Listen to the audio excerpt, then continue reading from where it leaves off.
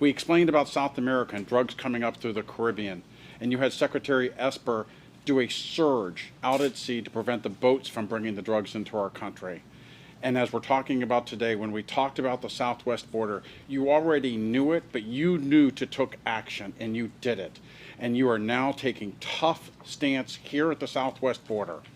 We talked about treatment, and we talked about the need to make sure that people get help. You committed more funds than any other president in history. You also talked about the importance of preventing kids from going down this path on prevention. You committed more funds than any other president in history. And you did everything with one purpose in mind, and that is to save more American lives. And you have done it. For 30 years, drug deaths were going up. Last year, prior to COVID, first time in 3 decades, the number of Americans dying from a drug overdose went down. And that's because of all the action you have taken on treatment, prevention, and stopping drugs from coming into our country and killing our children. It's been a great honor to be able to work for you in this capacity and see your passion for saving American lives. That was really nice. I appreciate that very much. We are working very hard on it, so I appreciate it. You're doing a great job, too. Thank you. Thank you. Please.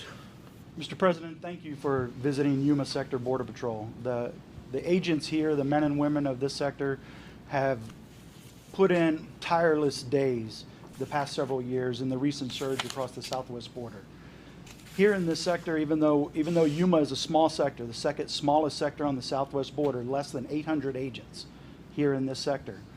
Even though that is the case, we were the 3rd busiest sector on the southwest border. And what that looked like here is in 2017, we had over 12,000 apprehensions, which was more than a 100% increase. 1 year later, in 2018, we had 26,000. Again, another 100% increase. 1 year after that, last year, 2019, over 68,000 apprehensions here. And it takes a while for the government, for leadership represented here today, for the members, the elected officials here today, it takes a while for those resources to flow in. And the agents, we know they're coming. We believe they're coming. But now we know it. We see it on the ground. We see what flew in here over the past year to help us out when we were in dire straits in this sector. We did not have the capacity we needed facilities-wise. We did not have the resources we needed. But the agents really fought through that, drove through that, and they did what was right.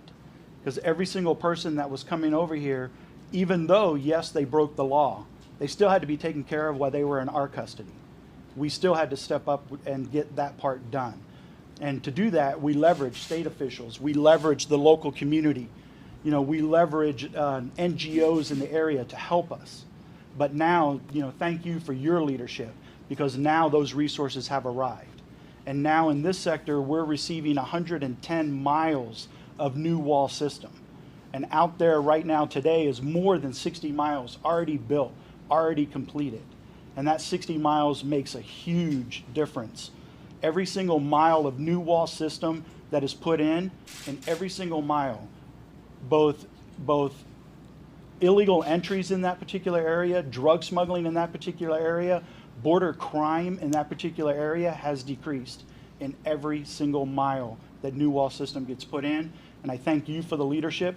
I thank everybody at the table today for leadership around the room in order to take on this particular effort and help Yuma Sector Border Patrol in doing what we need to do to help secure the United States.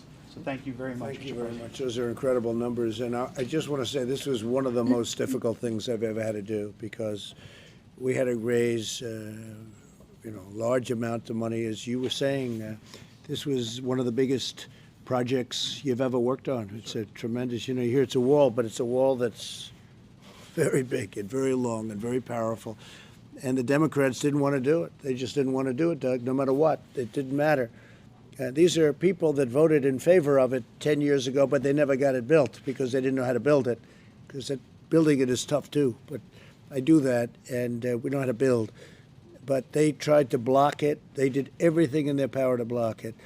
And it's very interesting because in the end, it sort of just went through, and the military helped us, and we were getting it built regardless.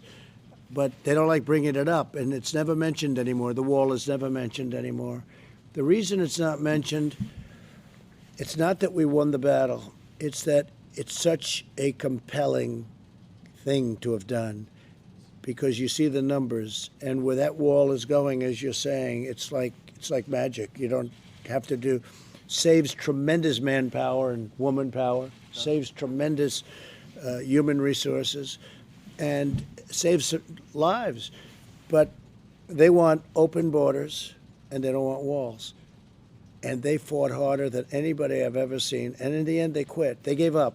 The reason they gave up, because politically it's unacceptable to say, especially with this new disease coming in, the pandemic, the new disease coming in, a gift from China, especially when that happened. And they say, how can we be putting this? So they don't want to talk about the wall anymore. They opposed it. They were strongly opposed to it. And it was interesting because you said about the wall, they'd say, no, we don't need a wall. We can have airplanes flying above. We can have people taking pictures. We can have drones. They wanted drones. I said, what are you going to do, take pictures of everyone flowing across? They didn't want to say, they said, no, walls. That's old technology. No, walls are the greatest technology. I said, I sort of came up with this, I'm sure somebody did before. I said, there's two things, because everything changes in the world. They change fast. Change is so fast. You do a computer and it's obsolete in 2 weeks. But two things that have never changed, a wall and a wheel. We're going to always have wheels, and we're going to always have walls. And we have the best security wall ever built. And we'll have it completed very soon. And the way you said that was very nice. I appreciated the big difference that it's made. It's really great. Thank you very much. Thank you. So we're going to the wall now, and we're going to see a piece of the wall. We're not going to be able to cover 500 miles of view, but we'll be able to cover about 10 yards. But we'll see a piece of a long wall that we're building, and you'll see what we're talking about. We'll see you over there. Thank you, media. Thank you.